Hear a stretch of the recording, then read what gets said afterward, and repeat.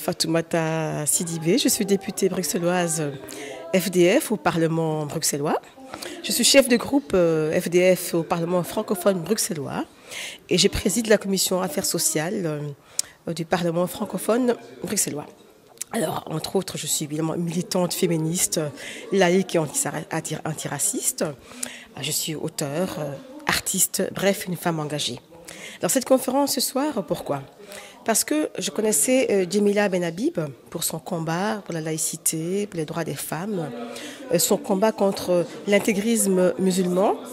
Je connaissais Madame Albertine de nom simplement. On s'était rencontrés il y a quelques années et puis on ne s'est plus retrouvés.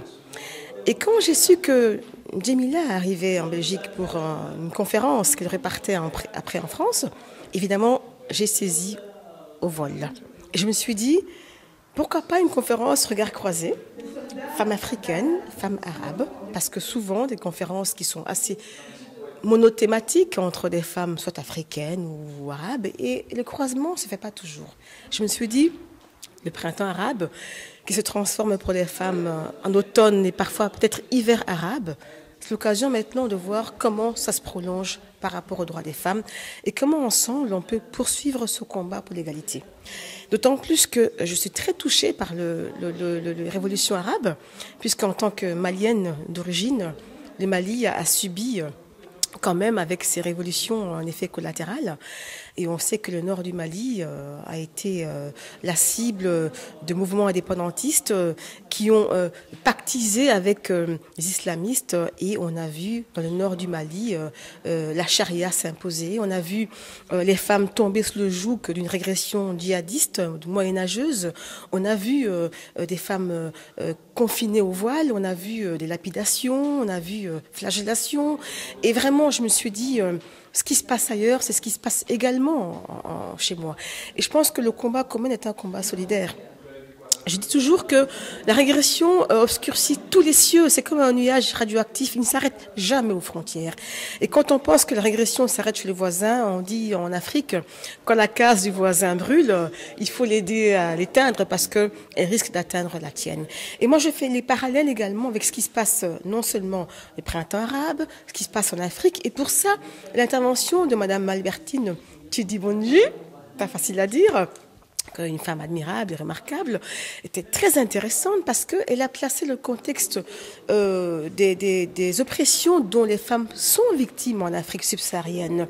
Alors que ce qui est en cause, ce n'est plus la religion musulmane, ni les religions, mais le patriarcat, les us et coutumes. Et donc, quand on part du prisme de la religion ou du prisme du socio-culturel, on retombe chaque fois sur le même socle de patriarcat qui oppresse les femmes.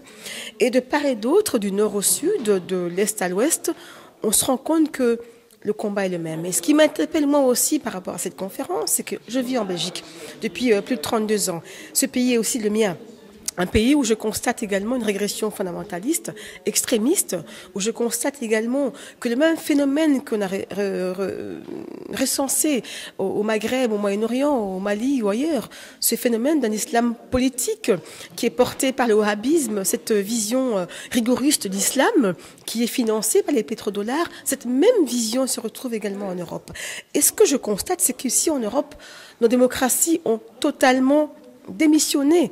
Ils ont montré que leur résistance est élastique. Et je faisais la réflexion en disant, nous sommes dans un pays démocratique où il y a un parti islam, un parti, 2 élus qui ont été élus démocratiquement aux élections communales. Un parti qui a la prétention d'imposer dans son programme communal, d'imposer la charia en Belgique. Un parti qui a lancé un appel à candidature pour 2014.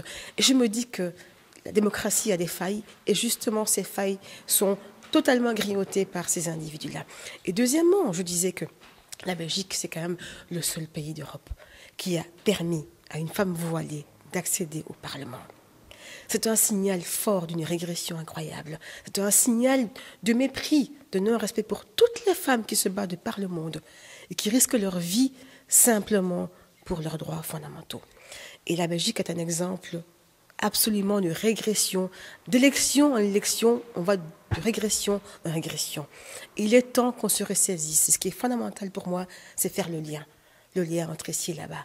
qu'on comprenne qu'il n'y a pas de combat décloisonné, que le combat c'est ici et ailleurs, et que nous, les femmes, les hommes aussi, mon dicton c'est les femmes d'abord, les hommes aussi, que nous devons ensemble nous mobiliser, parce que la démocratie, elle commence par quoi? Par l'engagement citoyen. Les femmes sont un baromètre, c'est un baromètre de la société. Quand le monde va mal, ce sont elles qui en font les frais. Mais quand les femmes en font les frais, toute la société finit par en prendre la mesure. Et donc cette conférence était vraiment un regard croisé extraordinaire avec des femmes de tout horizon.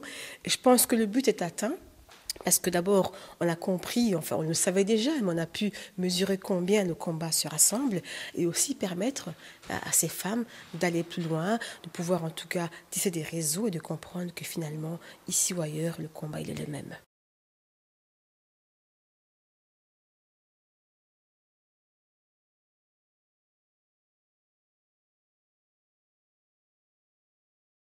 Africa.